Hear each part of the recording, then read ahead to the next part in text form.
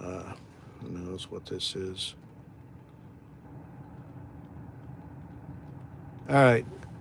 I don't know whether or not I'm live. Maybe I am. Let's see if I can't figure this out. I cannot see this. So let's see what we got. Are we live? Maybe I ought to just go this way. Fuck it. All right. There we go. Welcome to live chat. All right. All right. Looks like we're live. We'll see what we see. You know, I participated in an interesting discussion this morning about the gun that killed Tupac. And, speculation about Blondie Lad going to the sheriffs to get the gun in 2008 to go test it. And just a quick reminder, the task force that existed was for the Biggie murder. And why was it for the Biggie murder? Because there was a lawsuit, and it was about trying to get to the bottom of it for Christopher Wallace's family, which was a bunch of bullshit. It was really about covering up because we can't have any information out there that it was corrupt cops that were involved in this. So that was all a bunch of bullshit. Let me just put it to you this way: 275 open murders at the time that the Compton PD turns over management of policing in Compton. Only 24 murders are actually turned over. Murder files are turned over. 251 murders are purged before the handoff. Now, so let me ask you something. You got Compton PDs all over the MGM tape, right? Are they really going to turn over the weapon? I mean, it's a bunch of bullshit, right? Bunch of motherfucking bullshit. It's a bunch of motherfucking bullshit. They're not going to let that happen.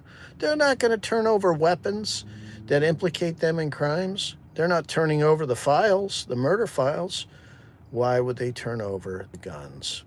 Why would they turn over something that would implicate them?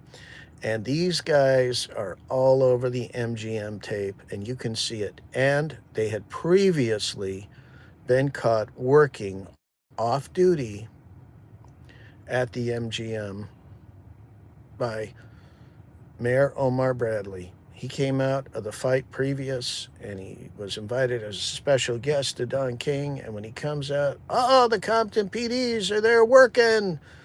So they're never going to turn over the guns, the things that would implicate them. And, it came up about the whole House of Blues thing. And it wasn't the county, the sheriffs that tested the gun. No, no, no. It was the feds that tested the gun. And that's why Hackey was so sure that the ballistics matched the weapon in Tupac. And why Hackey was working for the FBI and for the ATF, and he was inserted inside of Death Row Records. So, bunch of bullshit, guys. There's no way that that gun got turned over in the handoff. And one thing we know too, in 1998, they tried to drop that gun off at Fox News Studios. And because it was in a box and it wasn't from a recognized carrier, it was refused. So, in 1998, that gun was in possession of the people that were confessing in the confession letter. So I don't want to go on and on about it, but I just thought I'd weigh in so that everybody got a chance to see what this discussion really is. Because why not, right? Why not weigh in and clarify this for everybody? The gun had gone to, it was confiscated at the House of Blues. It went to Santa Monica PD. It was sent off to be ballistics tested by the FBI, ATF. And then it came back to Santa Monica PD, was picked up by Hackey, given to Reggie. Reggie hands the gun off at Balboa Park. It's used in Las Vegas.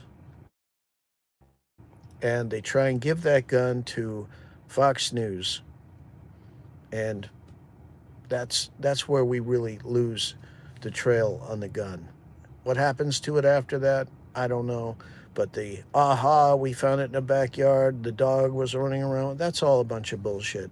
And the fact that Blondie and Lad are like, aha, we went back into the sheriff's and we picked up the gun and then we went and had a ballistics tested and it matched. Well, you know, how did they have the ballistics in Tupac? I mean, it's bullshit. It's all bullshit. So it's all part of Fed slop narratives. Big shout out to Baron Coleman and Candace Owens. And here's the thing about any investigation. It's really just about the truth. We want to get to the truth. We don't care what happens in terms of who gets hemmed up in this, as long as it's the truth. We want the truth. We don't have a dog in the fight, but when the evidence starts pointing to things, and whether it's Charlie Kirk, Tupac, Biggie, we want the truth, the whole truth, and nothing but the truth in all of these cases. Let's get to the truth. More later.